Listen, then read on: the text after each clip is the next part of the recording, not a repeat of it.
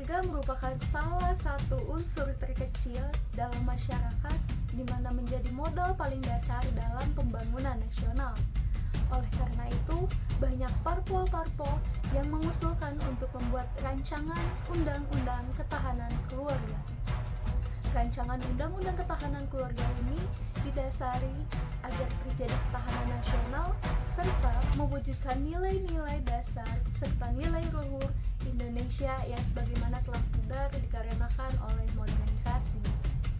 Namun di balik manisnya rencana itu, ternyata undang-undang ketahanan keluarga justru menimbulkan banyak sekali kontroversi.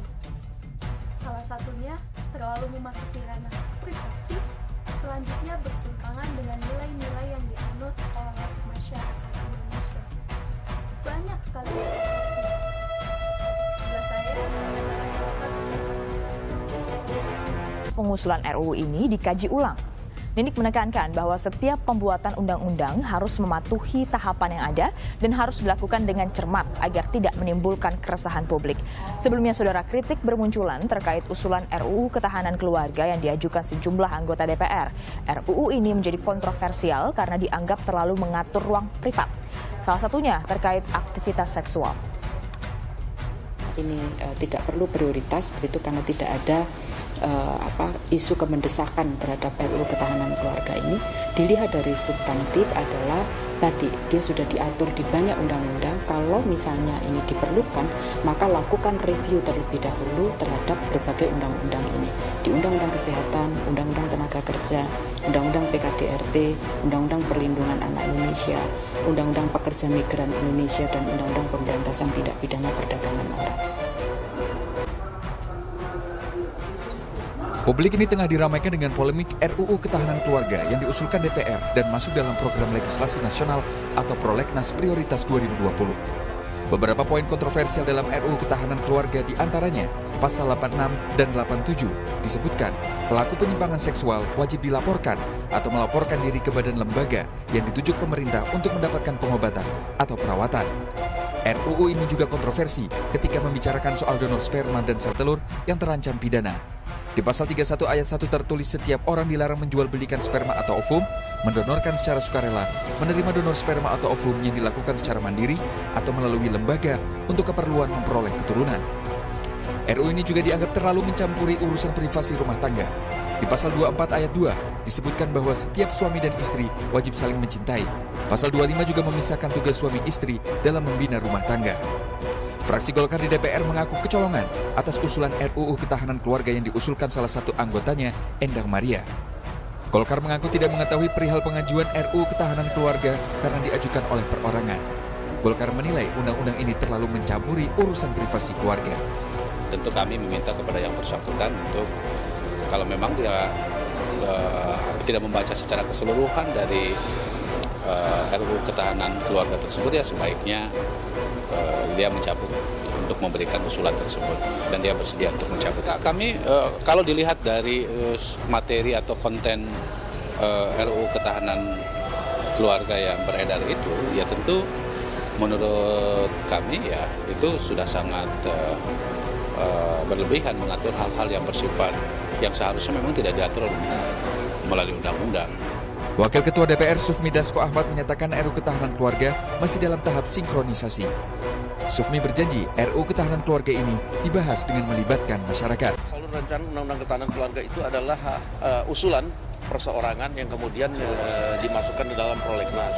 Nah ini nanti baru dalam pembahasan, dalam sinkronisasinya nanti kita akan lihat apakah kemudian undang-undang ini bisa dilanjutkan atau tidak. Tentunya kita akan menampung aspirasi dari masyarakat luas yang tentunya dalam janji DPR di periode ini bahwa segala sesuatu produk dari DPR sebelum kemudian disahkan, malah pada saat pembahasan kita akan libatkan komponen-komponen masyarakat. Dan sudah banyak yang datang juga nih soal ketahanan, rancangan undang-undang ketahanan masyarakat ini. Jadi jangan khawatir, ketahanan keluarga. Jadi jangan khawatir bahwa kemudian DPR menutup diri terhadap hal-hal yang kemudian membuat keresahan di masyarakat. Lalu bagaimana dengan reaksi warga soal RUU ini? Ada yang menilai berlebihan namun ada pula yang mendukungnya. Saya sih kurang setuju ya, karena kan kalau rumah tangga itu kan udah masuknya ke personal. Jadi kalau diurusin sama negara mungkin ada sesuatu yang lebih penting lagi, yang lebih baik untuk diurusin sama negara dibanding dari rumah tangga aja. Itu sih agak kurang setuju sih kalau saya. Bagi kita mah ya mungkin nggak setuju ya, pemerintah ngatur keluarga kita gitu. Ngatur, masa sampai ke kamar-kamar kita diatur gitu. Bisa, karena ya kalau memang itu jalannya lebih bagus, lebih baik, ya memang sebenarnya perempuan di rumah dan suami yang cari nafkah. Perundang-undangan yang baik ini membicarakan bagaimana mengkonversi pertimbangan-pertimbangan hukum seperti pertimbangan sosiologis, filosofis, dan yuridis yang mana hal-hal tersebut merupakan sumber hukum material kemudian dirubah menjadi sumber hukum formil berupa peraturan perundang-undangan. Pembentukan peraturan perundang-undangan yang baik haruslah memperhatikan kaidah-kaidah pembentukannya, yaitu yang pertama, landasan filosofis. Peraturan perundang-undangan bisa dikatakan memiliki landasan filosofis apabila rumusannya atau normanya mendapatkan pembenaran setelah dikaji secara filosofis. Undang-Undang Dasar 1945 sebagai sumber hukum tertinggi menjadi landasan dalam membentuk Undang-Undang Ketahanan Keluarga ini. RUU Ketahanan Keluarga ini merujuk pada pasal 28B ayat 1 dan 2 yang berbunyi, yang pertama, setiap orang berhak membentuk keluarga dan melanjutkan keturunan melalui perkawinan yang sah. Yang kedua, setiap anak berhak atas kelangsungan hidup, tumbuh dan berkembang, serta berhak atas perlindungan dari kekerasan dan diskriminasi. Yang kedua, landasan sosiologis, merupakan pertimbangan yang menggambarkan bahwa peraturan yang dibentuk itu untuk memenuhi kebutuhan masyarakat dalam berbagai aspek. Landasan sosiologis ini menyangkut dengan fakta empiris mengenai perkembangan masalah dan kebutuhan masyarakat dan negara. Urgensi yang diusulkan RUU tersebut sebagai dasar sosiologisnya ada 3. Yang pertama, keluarga sebagai bagian unit kecil masyarakat merupakan modal dasar kegiatan pembangunan nasional, serta ketahanan keluarga merupakan pilar utama dalam mewujudkan ketahanan nasional. Apabila negara peduli dengan menjadikan unit terkecil tersebut baik, maka akan menghasilkan negara yang baik juga. Yang kedua, pengaruh globalisasi di bidang sosial, ekonomi, budaya, serta teknologi informasi telah mengubah nilai-nilai luhur budaya bangsa dan tatanan keluarga, sehingga diperlukan kebijakan ketahanan keluarga yang berpihak pada kepentingan keluarga. Yang ketiga, peraturan perundang-undangan yang mengatur urusan keluarga masih parsial dan belum dapat memenuhi kebutuhan masyarakat, sehingga diperlukan undang-undang, yaitu Undang-Undang Ketahanan Keluarga, yang hadir untuk menghilangkan hambatan terhadap keluarga di Indonesia dengan berbagai permasalahannya, seperti banyaknya perceraian, anak yang melakukan tindakan kriminal, tidak harmonisnya keluarga, dan lain-lain. Terakhir, ada landasan yuridis. Peraturan perundang-undangan bisa dikatakan memiliki landasan yuridis apabila terdapat dasar hukum, legalitas, atau landasan yang terdapat dalam ketentuan hukum yang lebih tinggi derajatnya. Landasan yuridis merupakan pertimbangan atau alasan yang menggambarkan bahwa peraturan yang dibentuk untuk mengisi permasalahan hukum atau mengisi kekosongan hukum dengan mempertimbangkan aturan yang telah ada, yang akan dirubah atau yang akan dicabut guna menjamin kepastian hukum dan rasa keadilan masyarakat. Indonesia sendiri ternyata sudah memiliki konsep ketahanan keluarga, yaitu dalam Undang-Undang Nomor 10 Tahun 1992 tentang Perkembangan Kependudukan dan Pembangunan Keluarga Sejahtera.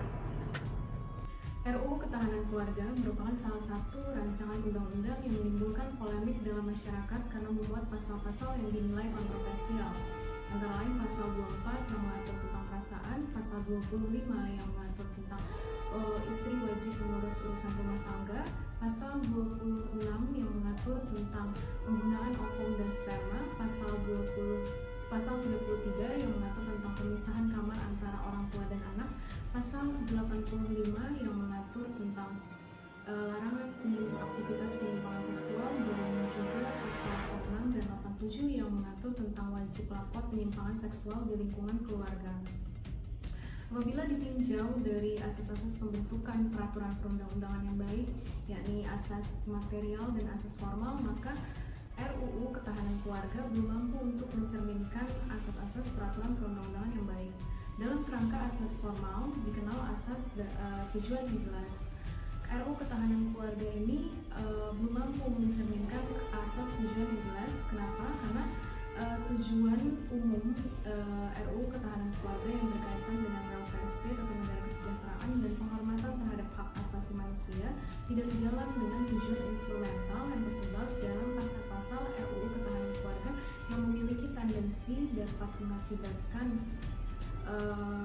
intervensi negara yang terlalu berlebihan dapat menyebabkan dilanggarnya hak setiap keluarga umumnya dan hak setiap keluarga pada khususnya. Selanjutnya dikenal pula asas organ yang tepat atau lembaga yang tepat. Asas organ atau lembaga yang tepat ini berkaitan dengan pendelegasian kewenangan. Dalam hal ini terjadi permasalahan apabila pendelegasian tersebut tidak dijelaskan secara rigid dalam RUU Ketahanan dalam setiap produk hukum. Nah, dalam RUU Ketahanan Keluarga ini ditemukan dalam pasal 7 dan juga pasal 10 di mana tidak dijelaskan secara pendelegasian kewenangan secara rigid.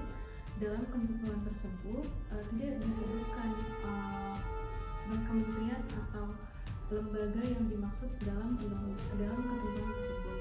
Selanjutnya ada asas perlunya pengaturan. RUU Ketahanan Keluarga ini juga belum mampu untuk mencerminkan asas perlunya pengaturan. Kenapa? Karena RUU Ketahanan Keluarga ini tidak bersifat mendesak. Mengingat urusan keluarga itu sudah diakomodir oleh Undang-Undang Perkembangan Penduduk dan Pembangunan Keluarga. Selain itu juga sekalipun tidak ada pengaturan terkait urusan keluarga, setiap keluarga itu memiliki self-regulation yang sifatnya fleksibel. Kemudian ada dikenal asas konsensus. Asas konsensus ini RUU Ketahanan Keluarga juga belum mampu untuk mencerminkan asas konsensus. Terbukti lebih banyak masyarakat yang menolak RUU Ketahanan Keluarga dibandingkan menerima RUU Ketahanan Keluarga ini, sehingga belum tercapai konsensus antara lawmaker dengan masyarakat yang terkait dampak akibat kebijakan yang diatur dalam RUU Ketahanan Keluarga ini. Selanjutnya ada asas dapat dilaksanakan. RUU Ketahanan Keluarga ini juga belum mampu untuk mencerminkan asas dapat dilaksanakan. Kenapa? Karena terbukti dalam pasal 33 terkait kewajiban rumah layak huni itu tidak bersifat implementatif. Kenapa? Karena berdasarkan Badan Pusat Statistik sebanyak 79,6% rumah di Indonesia itu masih dibangun secara swadaya sendiri karena keterbatasan masyarakat berpenghasilan rendah, sehingga tidak dimungkinkan bahwa setiap warga negara itu memiliki rumah yang layak huni. Selanjutnya juga dikarenakan etnis di Indonesia masih mengenal budaya yang hidupnya itu bersifat komunal. Kemudian juga ada pasal 86 dan 87 yang mengatur terkait laporan penyimpangan seksual dan lingkungan keluarga. Hal tersebut tidak bersifat implementatif. Kenapa? Karena penyimpangan seksual dan lingkungan keluarga itu sangat kecil kemungkinan setiap keluarga itu akan melaporkan penyimpangan seksual di lingkungan keluarga kepada pihak luar selain dari keluarga yang bersangkutan. Selanjutnya juga ada asas kejelasan rumusan. Asas kejelasan rumusan RUU Ketahanan Keluarga ini juga belum mampu untuk mencerminkan asas kejelasan rumusan. Kenapa? Seperti dalam pasal 25 terkait kewajiban istri untuk mengurus rumah tangga sebaik-baiknya. Proses sebaik-baiknya ini akan menimbulkan ketidakjelasan dalam pelaksanaannya terkait standar sebaik-baiknya ini.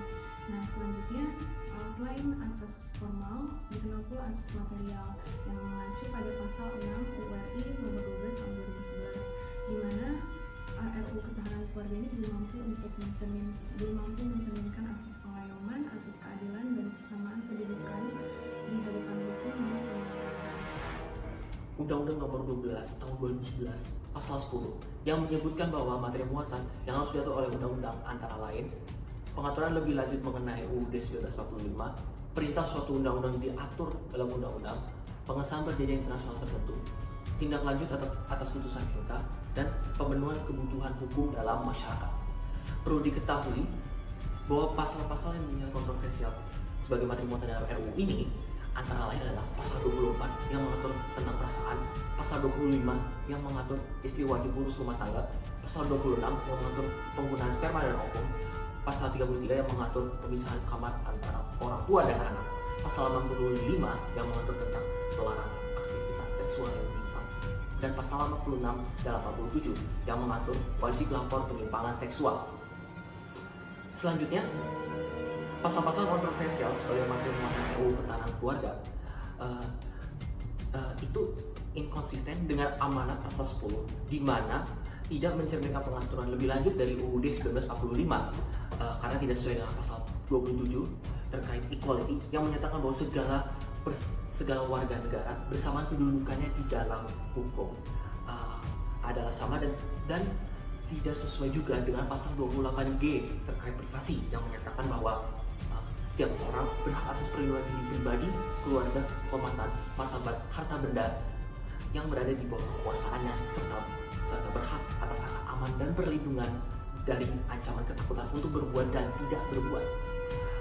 Kemudian juga pasal-pasal kontroversial sebagai materi muatan RUU Ketahanan Keluarga juga inkonsisten dengan amanat pasal 10 yang lain, di mana tidak mencerminkan perintah dalam suatu UU yang diatur dari UU dan pengesahan perjanjian internasional karena bertentangan dengan Undang-Undang Nomor 7 Tahun 1984 terkait komitmen Indonesia terhadap perjanjian internasional yang kali ini adalah Convention on Elimination of All Forms of Discrimination Against Women atau CEDAW.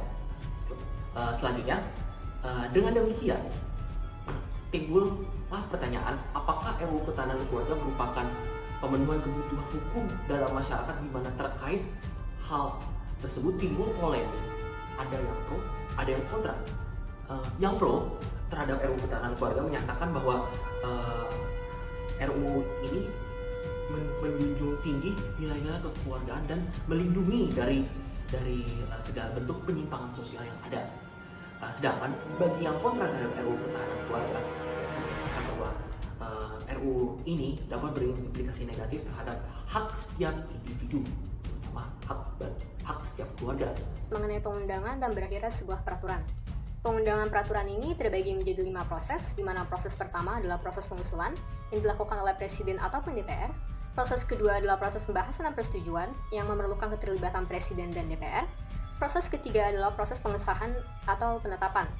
Proses pengesahan atau penetapan ini menandakan bahwa sebuah rancangan peraturan telah berubah statusnya menjadi peraturan. Perlu juga di-highlight bahwa terdapat perbedaan terminologi antara pengesahan dan penetapan, di mana pengesahan ini hanya dapat dilakukan kepada peraturan perundang-undangan dengan bentuk undang-undang. Seperti yang dapat dilihat dalam pasal 20 Undang-Undang Dasar 1945, yang menyatakan bahwa Presiden mengesahkan rancangan undang-undang yang telah disetujui bersama untuk menjadi undang-undang. Sementara itu, penetapan ini hanya dapat dilakukan kepada peraturan perundang-undangan dengan bentuk lain selain undang-undang. Proses keempat adalah proses pengundangan yang dapat diartikan sebagai penempatan peraturan perundang-undangan dalam Lembaran Negara Republik Indonesia, tambahan Lembaran Negara Republik Indonesia, Berita Negara Republik Indonesia, serta tambahan Berita Negara Republik. Tujuan dari proses pengundangan ini adalah agar perundang-undangan yang telah ditetapkan dapat memiliki legal binding. Dan proses yang terakhir itu adalah proses penyebarluasan yang bertujuan agar seluruh warga Indonesia ini mengetahui mengenai adanya perundang-undangan yang telah diundangkan tersebut. Dan proses penyebarluasan ini dapat dilakukan melalui berbagai cara, dapat melalui media cetak, media elektronik, atau cara sosialisasi lainnya. Dan yang terakhir, kita membahas mengenai berakhirnya suatu peraturan. Kita mengetahui bahwa ada yang namanya asas eternalitas, yang berarti peraturan tidak akan berakhir dengan sendirinya kecuali telah ditetapkan berakhir. Dan cara mengakhiri peraturan itu sendiri secara umum ada 3 cara, yaitu yang pertama melalui pencabutan, yang mengikuti hierarki peraturan perundang-undangan, di mana artinya peraturan hanya dapat dicabut oleh perundang-undangan yang sejajar atau lebih tinggi dari perundang-undangan yang ingin dicabut ini. Dan cara mengakhiri peraturan yang kedua adalah dengan sendirinya, atau seperti yang sudah tertera di dalam peraturan itu sendiri. Dan cara mengakhiri yang ketiga itu adalah melalui pembatalan.